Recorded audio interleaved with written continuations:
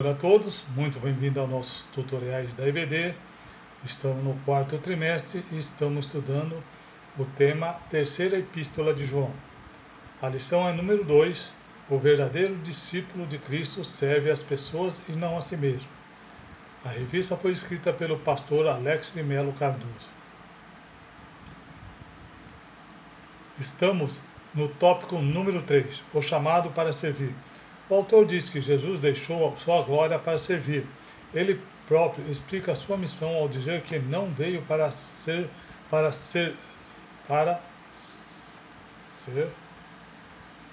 errado, para ser servido, mas para servir. Mateus 20, 28. E Jesus disse: em verdade, eu vos digo que me seguisse quando na regeneração o Filho de Homem que assentar ao seu trono, também vos assentei sobre 12 tronos para julgar a 12 tribos. Opa, acho que aqui está errado, viu? Só um minutinho, deixa eu verificar aqui a citação aqui. Estou na 3.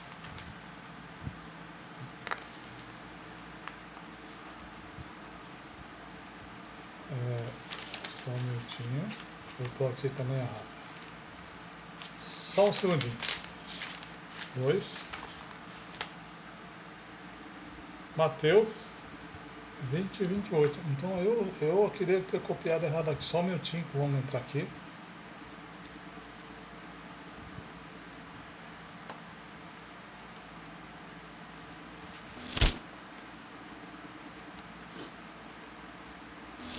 Mateus 20, 28. Exatamente. Ali foi colocado o versículo errado, né? Então, vou corrigir já.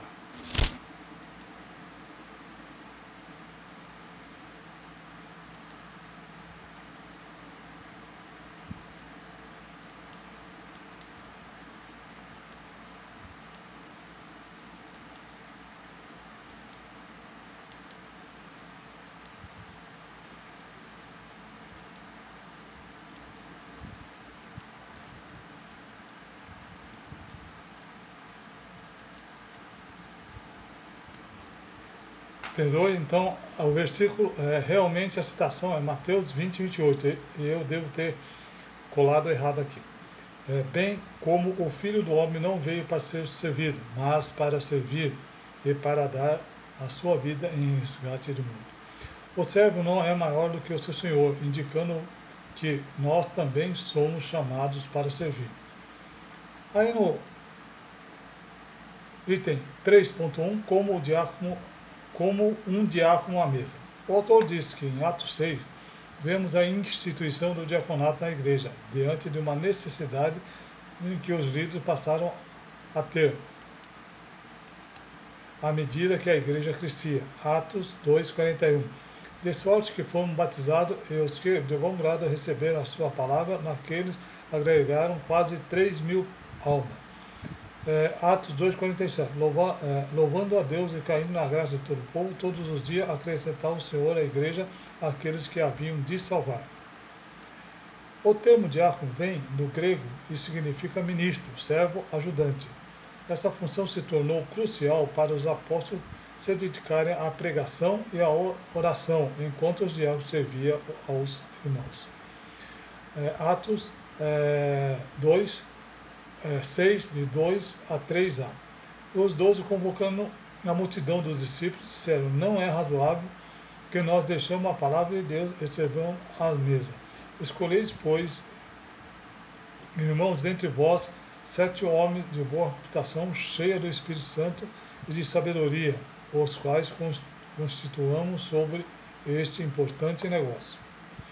E eles deveriam servir bem nessa função, para com isso adquirir para si uma boa posição e muita confiança na fé em Cristo. 1 Timóteo 3,13. Porque os que servirem bem como diáconos adquirirão para si uma boa posição e muita confiança na fé que há em Jesus Cristo. Aí no tópico do comentarista, o autor diz que todos devem servir, mas cabe aos diáconos um serviço primordial de acolhimento e assistência social aos necessitados. A função diaconal foi instituída porque as viúvas estavam sendo esquecidas. Atos 1, 6, 1. Ora, aqueles dias, crescendo o número de discípulos, houve uma murmuração dos gregos contra os hebreus, porque as suas viúvas eram desprezadas no ministério cotidiano. Por isso foram escolhidos para servir a mesa. Aí no tópico 3, no item 3.2, como um pastor no aprisco. O autor diz que o discípulo que exerce a liderança, assim como um pastor de ovelha, é um zelador e também um guia que apacenta, né? Cuida das ovelhas no aprisco. Salmo 23. Aqui o autor citou Salmo 23, então eu vou pedir para os irmãos possam ler depois, porque é o salmo inteiro, tá bom? Ok?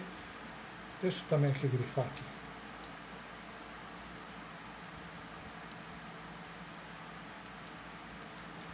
Um discípulo verdadeiro, como um pastor de ovelha, assume o cuidado e responsabilidade para garantir a segurança do rebanho. O autor comenta que nenhuma ovelha subsistirá sem o cuidado do pastor, assim também o discípulo sem o seu mestre supremo.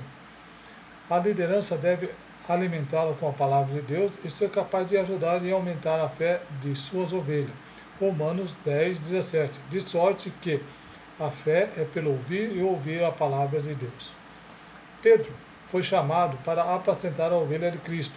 João 21, 17. E disse pela terceira vez: Simão, filho de Jona, ama-me? Simão entristeceu-se porque lhe tinha dito terceira vez: Amas? E disse-lhe o Senhor: tu sabes tudo, tu sabes que eu te amo. Então, Jesus disse: apacenta minhas ovelhas. Ele enumera uma série de atividades próprias da liderança que cumpre corretamente o seu chamado.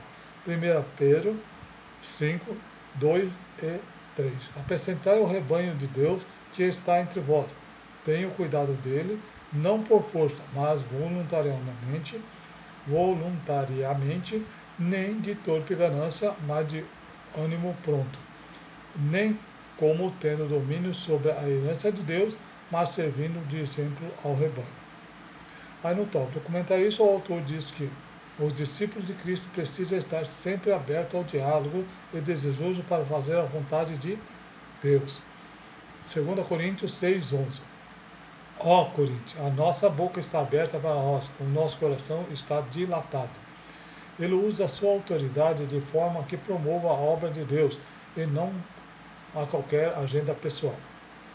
Diófite olhava para a igreja local do alto do pedestal, abusando a sua atribuição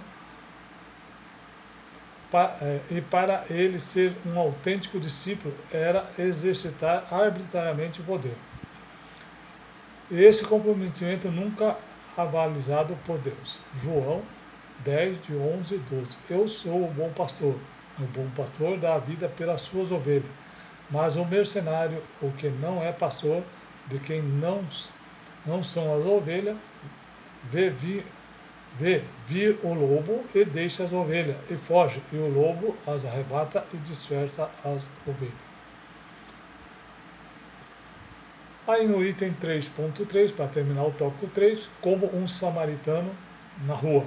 O autor diz que servir não diz respeito às quatro paredes de uma igreja, mas mostrar o amor e misericórdia de Deus em qualquer lugar. Lamentação de Jeremias, né? Aqui 3:22. As misericórdias do Senhor são as causas de não sermos consumidos, porque as misericórdias não têm fim. Na parábola do bom samaritano, Jesus mostra isso a um doutor da lei, né? Que saber como herdar a vida eterna. E as figuras de um sacerdote, um levita e um samaritano.